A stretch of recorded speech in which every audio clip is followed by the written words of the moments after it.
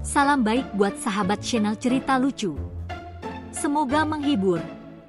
Yuk kita mulai ceritanya. Di sebuah pondok pesantren yang terkenal dengan kekerasan disiplin dan ketatnya aturan, hidup seorang pemuda bernama Abdul Wahid. Tidak ada yang tahu bagaimana ia bisa sampai ke sana, karena cerita tentang dia sangatlah unik dan penuh kejutan. Wahid, sejak kecil, dikenal sebagai anak yang nakal dan sangat suka bercanda. Ia adalah sosok yang selalu berhasil membuat teman-temannya tertawa, bahkan seringkali membuat gurunya terpingkal-pingkal. Namun, apa yang orang-orang tidak tahu adalah, meski sering dihukum dan dimarahi di pondok, di rumah ia justru menjadi orang yang sangat dihormati. Bahkan, di usia yang relatif muda, dia sudah dianggap sebagai sosok kiai. Saat pertama kali menginjakkan kaki di pondok pesantren itu, Wahid langsung merasakan atmosfer yang sangat berbeda dari kehidupannya sebelumnya.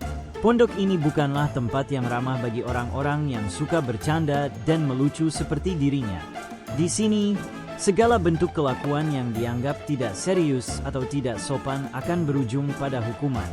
Tentu saja, Wahid, yang tidak pernah bisa diam, langsung mendapat perhatian dari para pengasuh pondok. "Abdul Wahid, kamu berani sekali melontarkan gurauan saat saya sedang mengajar.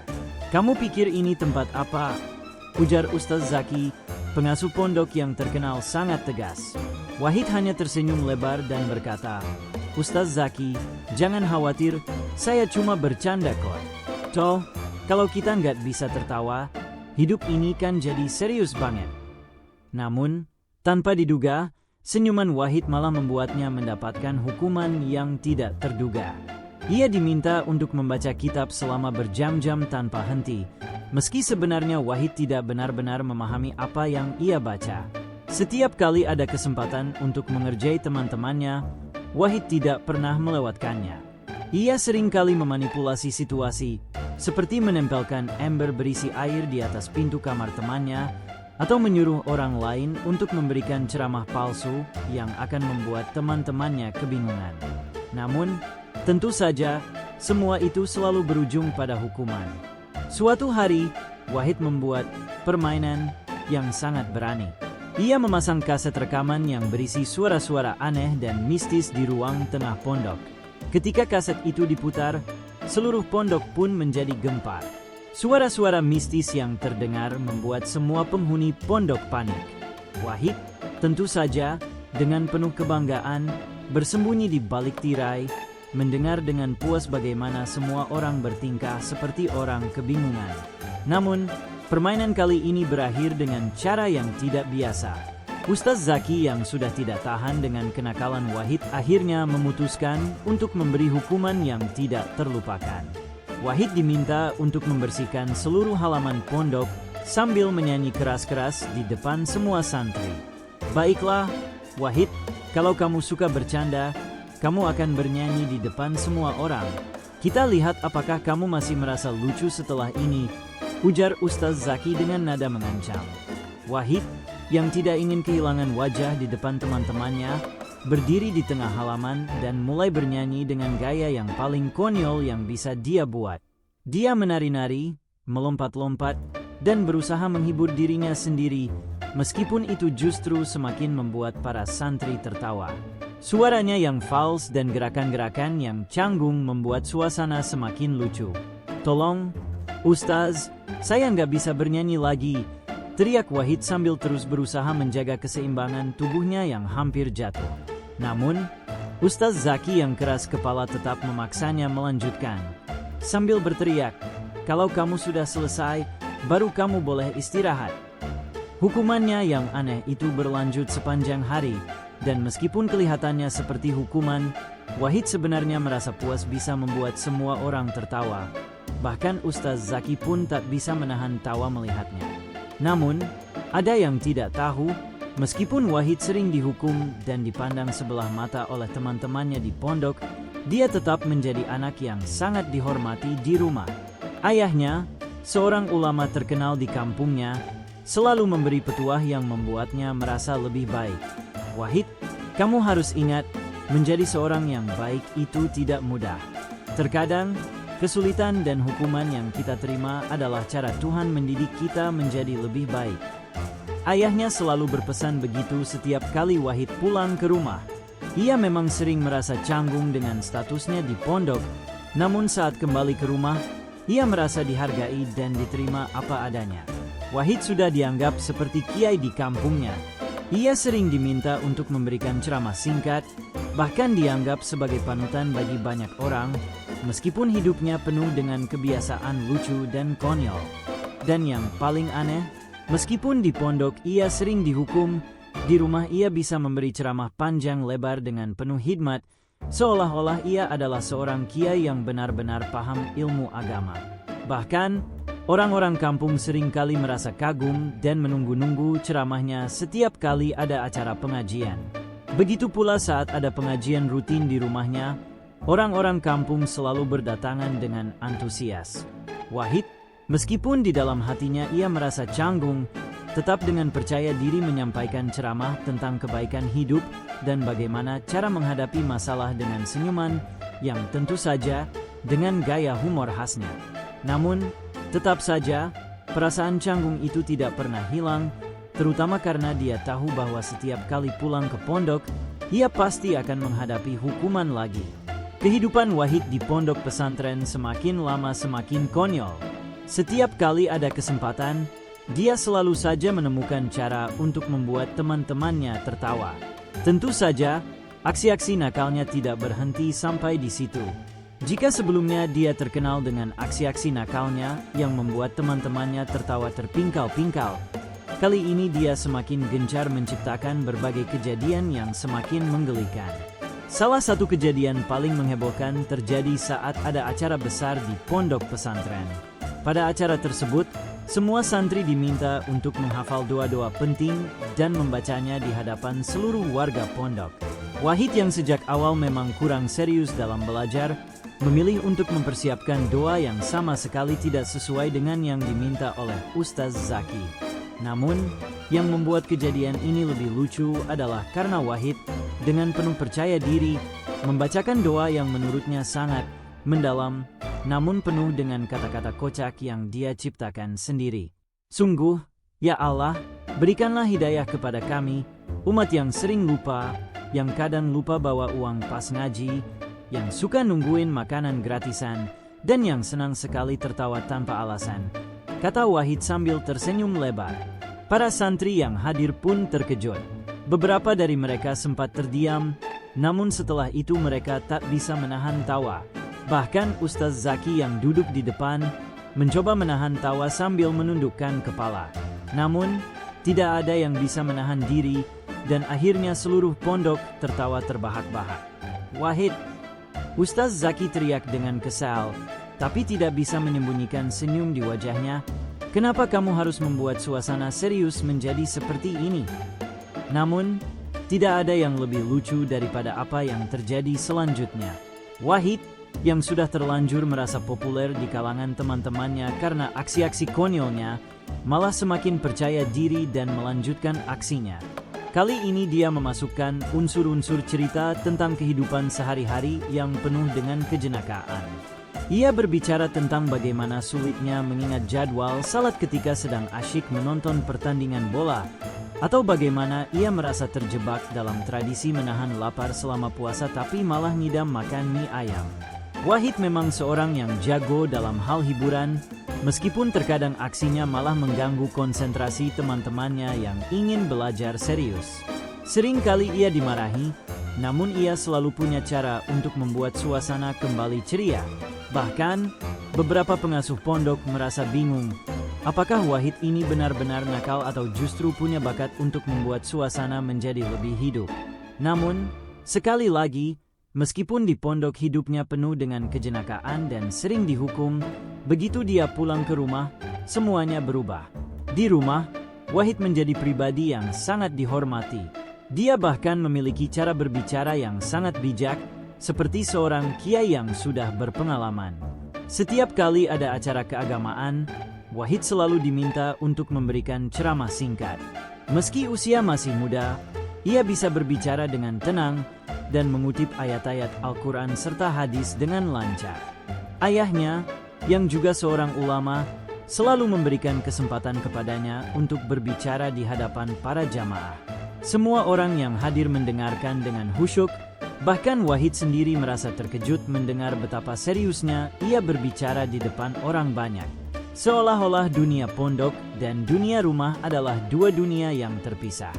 Di rumah, dia adalah seorang kiai muda yang dihormati, sementara di pondok, ia adalah anak nakal yang selalu mendapat hukuman. Pada suatu pengajian rutin, Wahid dipanggil untuk memberi ceramah singkat. Ceramah kali ini membahas tentang pentingnya menjaga hubungan baik dengan orang lain. Wahid, yang biasanya suka melucu, kali ini berusaha tampil serius. Namun, ada satu momen yang tidak bisa dia hindari. Ketika dia mengutip sebuah hadis, ia secara tidak sengaja menyebutkan nama salah satu makanan favoritnya, yaitu mie ayam. Makanan yang baik akan memberikan kekuatan pada tubuh kita untuk beribadah, seperti mie ayam yang membuat kita merasa kenyang dan siap berbuat kebaikan, katanya dengan penuh percaya diri. Tentu saja, mendengar hal itu, beberapa jamaah yang hadir tidak bisa menahan tawa. Namun, Wahid, yang sudah terbiasa dengan canda, tetap melanjutkan ceramahnya dengan penuh semangat. Dia menjelaskan tentang pentingnya menjaga hati dan jiwa agar selalu bersih, meski terkadang kata-katanya yang spontan malah menambah keceriaan di tengah pengajian. Setelah selesai memberi ceramah, Wahid merasa lega. Namun, saat kembali ke pondok, ia kembali menemukan kenyataan yang membuatnya kembali dihukum. Kali ini, hukuman yang diterima lebih berat dari sebelumnya. Wahid diminta untuk membersihkan seluruh pesantren sambil membaca kitab tanpa henti. Tapi, seperti biasa, dia tidak bisa diam. Saat membersihkan halaman, ia dengan sengaja memulai percakapan dengan teman-temannya yang sedang bekerja. Teman-teman, kalau kita semua berkumpul, kita bisa membentuk sebuah orkestra. Saya akan menjadi konduktornya, kalian jadi alat musiknya. Tentu saja, teman-temannya pun tertawa, tapi Ustaz Zaki datang dan langsung memberi peringatan keras. Wahid, kamu ini tidak ada habis-habisnya. Kalau kamu terus begini, kita semua bisa terjebak dalam candaan tanpa ujung. Namun, seperti yang sudah sering terjadi, Wahid justru merasa semakin senang dengan respons teman-temannya. Meskipun dihukum, ia selalu mampu membuat suasana lebih hidup. Tentu saja, hukuman itu tidak lama, dan setelah itu, ia kembali menjadi bintang di pondok dengan berbagai aksi konyolnya. Suatu hari, Wahid mendapat kejutan besar. Ustaz Zaki, yang sudah cukup paham dengan perilaku Wahid, memutuskan untuk memberikan penghargaan yang aneh. Alih-alih menghukumnya, Ustaz Zaki memberinya tugas khusus untuk mengorganisir acara perayaan hari besar di pondok. Wahid, karena kamu selalu bisa membuat orang tertawa, kali ini kamu harus mengatur acara besar ini. Tapi jangan hanya bercanda, ya. Kita perlu sedikit kedewasaan dalam acara ini, ujar Ustaz Zaki dengan serius, namun ada senyum kecil yang tersungging di wajahnya. Wahid, tentu saja, merasa sangat senang, meskipun ia tahu bahwa tugas ini tidak akan semudah yang dibayangkan. Namun, dia juga menyadari satu hal. Meskipun ia sering dihukum dan dipandang sebelah mata, ia masih bisa membuat perubahan besar di pondok itu dengan caranya yang unik. Hari perayaan besar yang ditugaskan kepada Wahid pun tiba. Seluruh pondok telah bersiap-siap untuk acara yang bakal meriah itu. Semua santri mengumpulkan energi untuk menyambut hari tersebut dengan penuh semangat. Namun, suasana di pondok sangat berbeda kali ini. Wahid, yang biasanya dikenal dengan kebiasaan nakalnya, kini terlihat serius merencanakan segala sesuatunya. Untuk pertama kalinya, ia mempersiapkan sesuatu yang jauh dari kelucuan dan keceriaan yang biasa ia bawa. Di tengah persiapan itu, Wahid yang dulunya dipandang sebagai anak nakal mulai menunjukkan sisi lain dari dirinya. Meski ia masih tidak bisa melepaskan sisi humorisnya, ia sekarang lebih berhati-hati dalam memilih kata-kata. Saat berbicara dengan teman-temannya yang sedang membantu, dia mulai berbicara tentang bagaimana pentingnya menjaga kekompakan dan kebersamaan dalam sebuah acara besar. Ayo, teman-teman, Kita harus menunjukkan bahwa pondok kita itu tidak hanya punya santri yang nakal, tapi juga santri yang bisa bekerja sama dengan baik. Kita harus buktikan kalau kita ini bisa profesional meskipun di tengah candaan, ujar Wahid dengan nada serius namun tetap dengan gaya khasnya yang penuh semangat. Teman-temannya yang mendengar kata-kata Wahid mulai terdiam. Mereka terkesima dengan cara berbicara Wahid yang tidak biasa. Di satu sisi, mereka merasa kagum dengan sikap Wahid yang kini lebih dewasa, namun di sisi lain, mereka juga tahu bahwa Wahid tidak akan pernah bisa jauh dari sisi lucunya. Setelah acara dimulai, segala yang sudah direncanakan Wahid berjalan dengan cukup lancar. Acara berjalan sukses berkat persiapan matang yang dilakukan oleh Wahid dan teman-temannya. Bahkan, beberapa pengasuh pondok yang tadinya skeptis dengan tugas yang diberikan kepada Wahid mulai melihat sisi lain dari anak yang satu ini. Wahid mengatur seluruh rangkaian acara dengan sangat baik. Ia memberikan pidato pembukaan yang cukup formal, meskipun sedikit dibumbui dengan humor yang membuat suasana menjadi lebih santai. Kita di pondok ini seperti keluarga besar.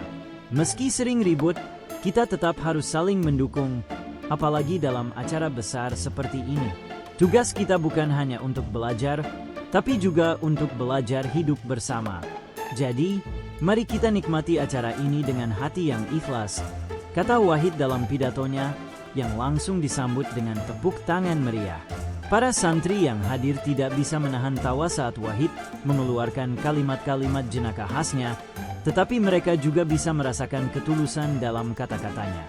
Walaupun sebagian besar kata-katanya bersifat ringan dan humoris, ada makna yang dalam di balik setiap kalimat yang diucapkannya.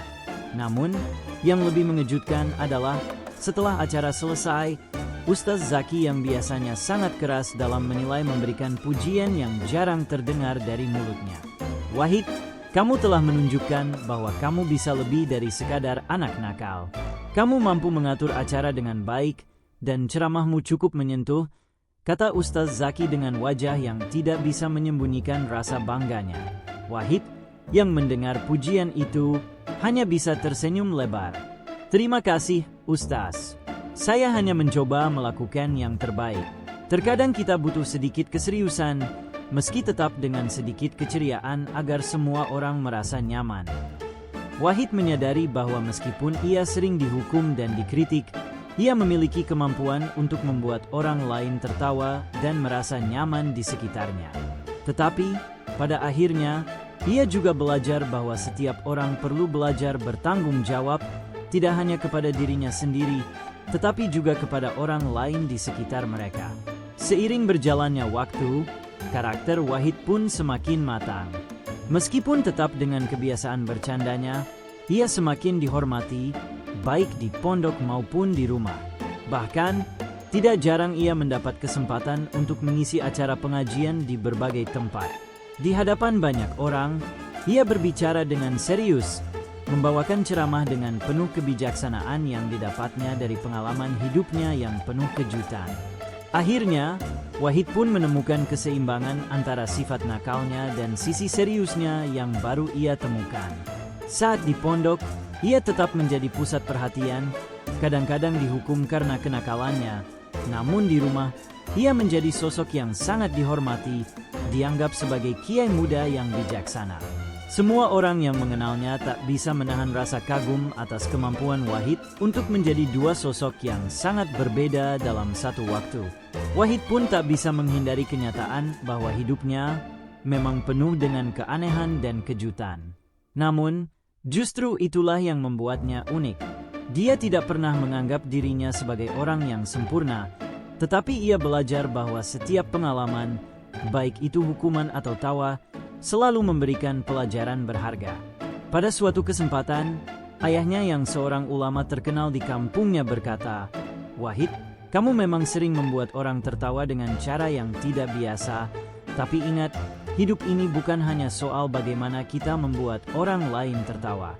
Ini tentang bagaimana kita bisa memberi manfaat bagi mereka, memberikan inspirasi agar mereka menjadi lebih baik." Wahid tersenyum mendengar kata-kata ayahnya. "Saya akan ingat itu, Ayah. Terima kasih sudah mengajarkan saya untuk tetap rendah hati, Meskipun kadang saya suka bersikap aneh.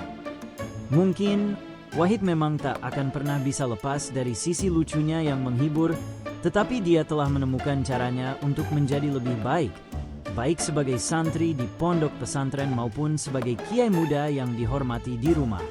Dan begitulah cerita Wahid, seorang anak yang sering dihukum karena kelakuan konyolnya di pondok, tetapi ketika pulang ke rumah, ia berubah menjadi kiai muda yang penuh kebijaksanaan. Sungguh, kehidupan ini penuh dengan kejutan, dan siapa sangka, seorang anak nakal bisa menjadi panutan yang dihormati.